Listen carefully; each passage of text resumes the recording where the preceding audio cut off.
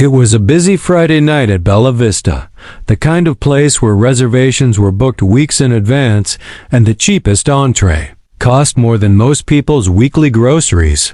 The scent of rosemary bread and truffle oil floated through the air, and the low hum of elegant chatter filled the dimly lit dining room. At table 17, Ricardo Almeida leaned back in his chair, wearing a charcoal Italian suit that clung to him like a second skin.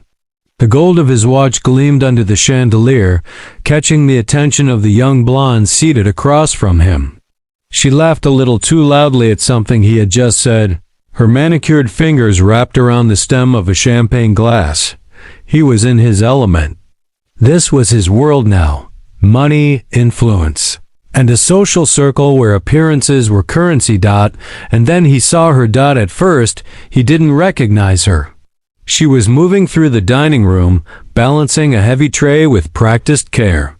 But when her eyes met his, the air between them snapped taut like an electric wire. Bianca Santos. The plate in her hand trembled before slipping. It hit the carpet with a dull thud, the silverware clattering loudly enough to make a few heads turn. She froze for a moment, breath shallow, before crouching to retrieve it. 3 years. 3 long years since the night he had told her to leave. Their house, no, his house, with nothing but a suitcase and $1,000 in cash. 3 years since he told her they weren't right for each other, that she didn't fit into his world. She had been 25 then, a new bride trying to navigate his climbing social ladder. Now, at 28, she was 7 months pregnant, wearing a Bella Vista waitress uniform that was just tight enough over her belly to make movement awkward. Ricardo's voice broke the spell, sharp, impatient, exactly as she remembered. Waitress. He didn't even look up. We've been waiting 5 minutes. She steadied her breath, squared her shoulders, and approached. When he finally glanced up from the menu, it was his turn to freeze. His face drained of color. His gaze flicked from her face to the swell of her stomach, then to the name tag pinned over her heart. Bianca. His mouth opened but no words came out. "Good evening," she said, her tone steady, though her pulse pounded in her ears. "Can I take your order?" The blonde across from him raised an eyebrow. "Do you know her, honey?" Ricardo swallowed. "She's an old acquaintance." Bianca almost laughed bitterly. 5 years of marriage reduced to an old acquaintance. She remembered the nights he used to bring her here, holding her hand across the table, telling her she was his queen, his luck, his everything. That was before he decided that a black wife didn't fit into the glimmering image he was crafting for his new life. His next words cut like glass. "Whose baby is that?" She met his eyes without flinching. "That's none of your business, Ricardo." The blonde's voice sharpened. "What do you mean, Ricardo? Who is this woman?" Bianca could tell instantly. The girlfriend had no idea he had ever been married. No wedding photos displayed in his home, no mentions of a past love. Certainly no whispers about the black woman he had once promised forever to. "Have you decided what you'd like to order?" she asked, voice clipped and professional. But Ricardo wasn't looking at the menu. His eyes were glued to her stomach, his mind calculating. How many months? 7. She watched as the math settled in his mind. 7 months pregnant, which meant she conceived 4 months after the divorce. The flicker of relief on his face was unmistakable. The blonde's lips parted in disbelief. "Your ex-wife works here?" The word ex-wife seemed to echo off the marble walls. Conversations at nearby tables slowed, the clink of cutlery pausing mid-air as diners subtly turned to watch. Bianca's chin lifted. She had learned over the last 3 years how to stand tall in rooms where people wanted to make her feel small. "Get another waiter to take your order," she said, turning away. "Wait," the word cracked in the air. Ricardo shot to his feet so quickly his wineglass toppled, staining the white tablecloth in deep red. "Bianca, wait." She stopped but didn't turn back. She could feel the heat of every gaze in the restaurant pressing into her skin. "What do you want, Ricardo?" "I need to talk to you. 5 minutes." "We have nothing to talk about. You made that clear 3 years ago."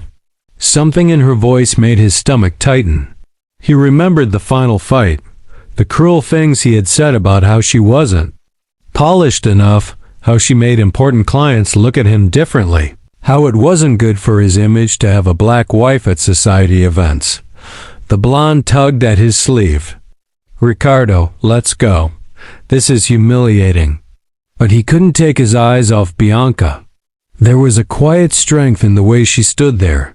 No shame, no desperation. It unnerved him.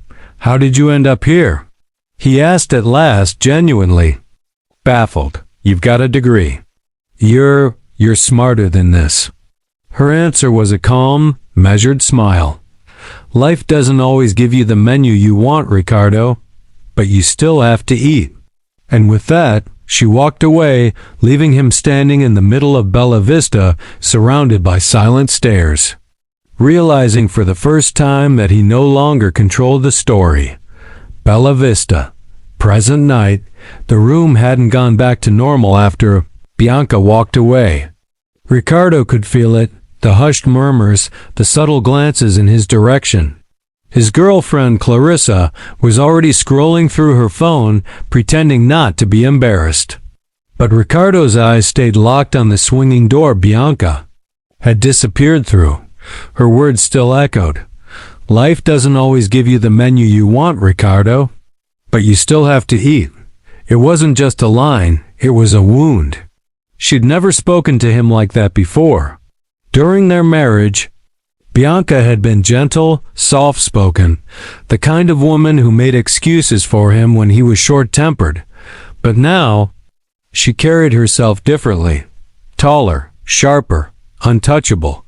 3 years earlier, the last night, the memory came uninvited. It was raining that night, the kind of heavy downpour that blurred streetlights into gold streaks. Ricardo had just returned from a corporate gala where the air had smelled of champagne and old money. Bianca had been there too, dressed in a sapphire gown he had chosen for her, her hair swept up to show the curve of her neck. She had looked beautiful, but he had noticed the whispers, the sidelong glances from certain clients, the polite but strained conversations from the wives of board members. And then there was the final straw, an offhand remark from the company's largest investor. "She's striking. Not quite what I pictured, but interesting." The word interesting felt like a slap. In Ricardo's world, it was code for "she doesn't belong here." When they got home, he didn't pour a drink or take off his jacket. He just told her, blunt and cold, that they weren't right for each other anymore. That she didn't fit into the world he was building. That she was better off with someone who appreciated her background. She had stared at him, motionless, as rain tapped against the windows. "You mean someone who's black like me?" she said quietly. Didn't answer.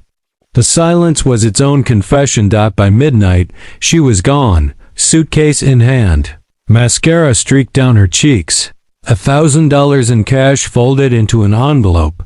Back to the present, Bella Vista kitchen. Bianca leaned against the stainless steel counter in the staff area, her hands gripping the edge. The baby kicked, a small reminder that she wasn't alone anymore. "Bianca, you okay?" It was Marco, the head waiter. "I'm fine," she said, forcing a smile. But her chest felt tight. She'd imagined this moment before, seeing Ricardo again, and in those daydreams, she always had the perfect line, the flawless composure. In reality, it had been like swallowing glass. She'd spent 3 years rebuilding herself, working double shifts, studying at night when she could, paying down the debts he'd left her with. And she had almost made peace with never seeing him again. Almost. Ricardo. Decision at the table. Ricardo was no longer listening to Clarissa's chatter about an upcoming fashion trip. His mind was spinning. Bianca looked different, older, Yes, but stronger. And that baby. Whose child was it? He hated not knowing. He hated even more that she had refused to answer. Excuse me, he muttered, standing. Where are you going? Clarissa asked. I'll be right back. He made his way toward the staff door, ignoring the fact that every eye seemed to follow him.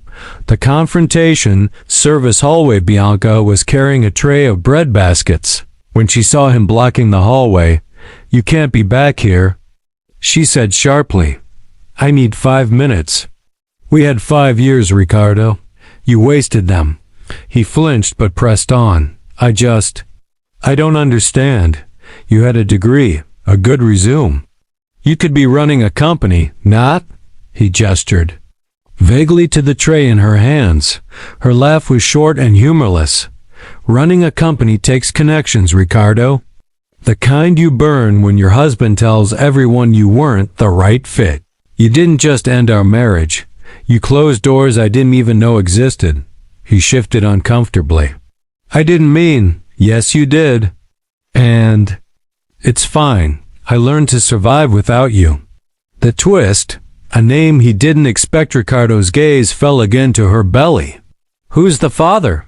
Bianca's eyes softened, not for him, but for the thought in her head.